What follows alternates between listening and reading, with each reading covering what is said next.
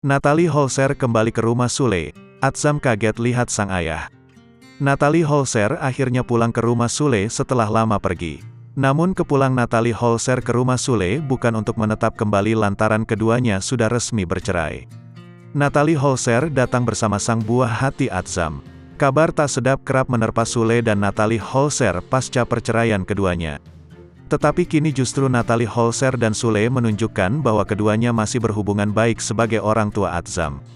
Seperti yang terekam dalam unggahan kanal YouTube Natalie Holzer pada Jumat, tanggal 3 Maret tahun 2023.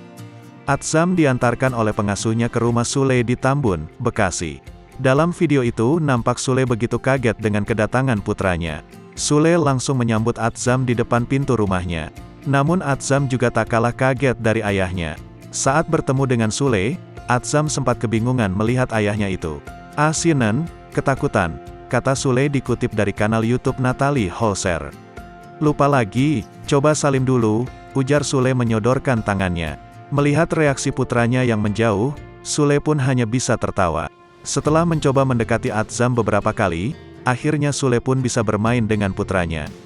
Sementara itu, melalui unggahan story Natalie Holzer, ibunda Atzam itu juga ternyata mengunjungi kediaman Sule. Natalie Holzer dan Sule nampak duduk bersama sambil memperhatikan anaknya bermain. Bahkan Natalie Holzer masih memanggil mantan suaminya itu dengan sebutan Akang. Keduanya pun nampak berbagi tawa bersama.